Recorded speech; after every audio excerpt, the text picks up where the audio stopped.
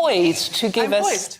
Poised, very poised to go through the stories I'm so of the day pleased you're for going us. to talk about her. Sparkle? Yeah. Yeah, we love talking about Sparkle, Markle. Come on, tell us what's going on. Yeah, of course I do. Well, so Spotify have fired them because obviously the podcast was really boring and worthy and annoying and no one listened to it. And there's talk that Netflix are about to drop them. Because they've done, what, one? One thing for 80 million. Yeah. So that's quite a lot of cost per show. And they've been called grifters by the chap who used to work for Spotify, which is quite funny. What does that mean in our terms? Well, there was a film called The Grifters. There was. Yeah, what's the name? Who was in the Addams Family? Basically con artists. Yes. Yes, please don't sue. Yeah. Yes, so he said basically they're con artists and they're awful and... but, you know, no one is allowed to say this because otherwise they get sued. Yeah. So, and then the other bit of the story is that Christiane Dior, are apparently going to have her as their muse, face, inspiration, etc. So she will be a clothes source for Dior? Yeah, she'll be fashion. Isn't she meant to? But isn't she meant to be a feminist champion? Apparently, yeah. Got that award from Gloria Steinem. Feminist champion, very much about all the feminist brains and intellect, but also about wearing a dress. Right. Yes. The thing I like about it is having it all. Yes. Andrew. Having your cake and having eating all it, the money. unless it's a birthday cake. Yeah. But this is Bill Simmons, is the head of podcast innovation for Spotify. He is quite outspoken, but he's done his own podcast, hasn't he, Bushra? Absolutely saying what a lot of people are thinking. It's like, no one's interested in what Harry and Meghan have got to say unless you're slagging off the royal family. Right. You've done that. What else have you got left to say? So surely it's just summing up what most people would think. And basically, they were paid £15 million for less than 13 hours of work. Yeah, I mean, you know what, even when you're called a grifter, it's also more than that. Being a grifter is somebody that actually doesn't have anything solid to bring to the table. Right. And they tend to just draw from what's going on around them and trying to make a quick buck. And I do see that with Meghan and Harry at the moment, because they're not really bringing anything substantial to the table and talking about real issues, something that people really want to hear. And they have let the entire UK population down. I know there's a small portion of people that still like them, but like me, it's very small. I'm so frustrated, and I think, what are you talking about? Why do you need to stay current? You know, apart from Harry being a prince, why do you need to be current? Well, they've made this. What they've done is they've eroded their own value by sort of slagging off the royal family to the extent which they have, and revealing all their money shots at once, if you don't mind me using that term. But basically, they've got nothing left to show. So it's a diminishing cycle, isn't it? Because the more they give away, the more they slag people off, the more they have to slag people off, and there's nowhere else to go. Because what they could have done with the Spotify and the Netflix thing is they could have tried to build a proper portfolio of a proper career portfolio full of ideas and actually done something, but they just didn't want to do the work. No, that's the thing. I mean, I think that's the main the subtext of all of this is that they were paid all this money by Netflix and Spotify, and they just didn't show up. Have Prince Harry and Meghan Markle finally eroded their own value? Columnist Sarah Vine says yes, arguing that the couple's constant self-promotion, public grievances, and never-ending controversies have destroyed the very credibility they once had. Once hailed as a modern, dynamic force for the monarchy, the Sussexes now stand accused of overexposure and hypocrisy. So what went wrong? When Harry and Meghan stepped away from royal duties, they promised to carve out an independent, purposeful life.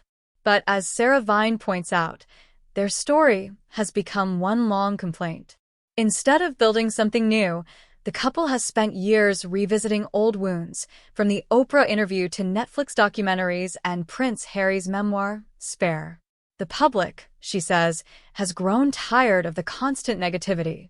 What have they been doing for the last year? And if they had just shown up and actually got down and done some work and turned up to the meetings and said, OK, this is what... But they haven't done any of that. They've gone, OK, give us all the money and then we'll just carry on swanning around like we normally do. And being Harry and Meghan, Bushra, must be very expensive because they've got publicists and lawyers galore. They've got 4 or 5 court cases going on at the moment. They've got the cases, they've got a huge team of people that they have to support and pay Protection officers they've got to pay all for. the protection and security. And then the thing with me is when I think about this, I'm like, these guys need to earn their respect back. And I feel like they're not doing that at the moment. Like, they're not apologetic for the things that have happened in the past. They're not coming forward to say, actually, we want to make amends. This is how we're going to do it. So right now, people are still stuck in the point, but they don't care. But what they misunderstood is, see, when you're a royal, you have automatic respect. That's right. It's just automatic. That's how the People royal bow family and curtsy. works. People bow and curtsy to you all day long, and no one.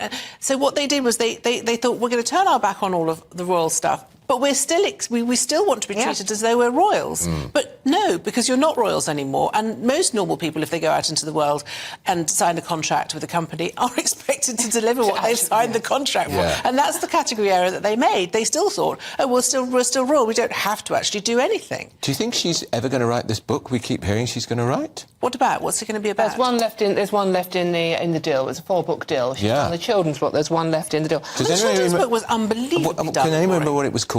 It was called On a Bench or something. Right.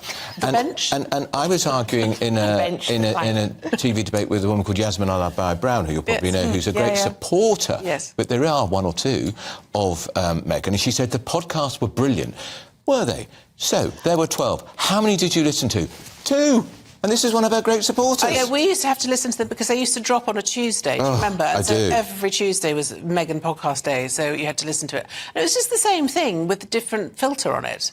It was the same thing. Empowerment, yada, yada, women, yada, yada. See, the thing is, Sarah, she actually, this is what I genuinely believe, she thought that she was exceptionally special. Yes. And actually, she would have been more special had she just followed Harry, gone down the route of the royal family. That would have made her prestige. That was her opening the doorway for Meghan. And actually, without that, she's just another American actress doing a small part. In a TV series I'd never heard of until she got engaged to Harry. I'd never heard of Sue. But apart from the Dior deal, she's also now very good friends with the chap behind the makeup ranges and health and beauty ranges of Jennifer Lopez and Cindy Crawford. So you can buy Meghan's makeup as well. Oh, lovely. Meghan Markle's become a standard influencer with 2,500 other women that do it, so that's still not anything special. I mean, I just don't think... I don't know. I mean, I love a bit of makeup myself. I love an eyeliner. But, you know, I don't know if I want to buy Meghan's eyeliner. And if you are going to wang on endlessly about feminism and empowerment, it's a bit sad that basically what it boils down to is a dress and an eyeliner. Yeah, when I read it in the Mail on Sunday yesterday, she was going to be how does this fit in, Dior, being a clothes horse for Dior, with I'm a feminist? As you say, they've got a very expensive lifestyle to support. Vine argues that by portraying themselves as victims, Harry and Meghan have undermined their original appeal, authenticity, and strength. Every time they criticize the royal family, they risk alienating the very audience that once admired them for their courage. What started as a story of liberation has turned into one of bitterness and blame. In Hollywood, image is everything, and according to Vine, brand Sussex has lost its sparkle. Deals with Spotify have ended, their Netflix output has slowed, and questions about their relevance are growing louder. Vine suggests the couple's commercial decline mirrors their loss of moral authority. Their activism and messaging no longer ring true. So, can Harry and Meghan rebuild their value? Vine says it's possible, but only if they stop trading on royal drama and start showing real substance. To win back trust, they'll need to focus on genuine action, not just publicity. Sarah Vine's critique is sharp but fair. She suggests that Meghan and Harry's biggest mistake wasn't leaving the royal family, but failing to move on from it. If they continue down this path, the brand they worked so hard to create may simply fade into irrelevance.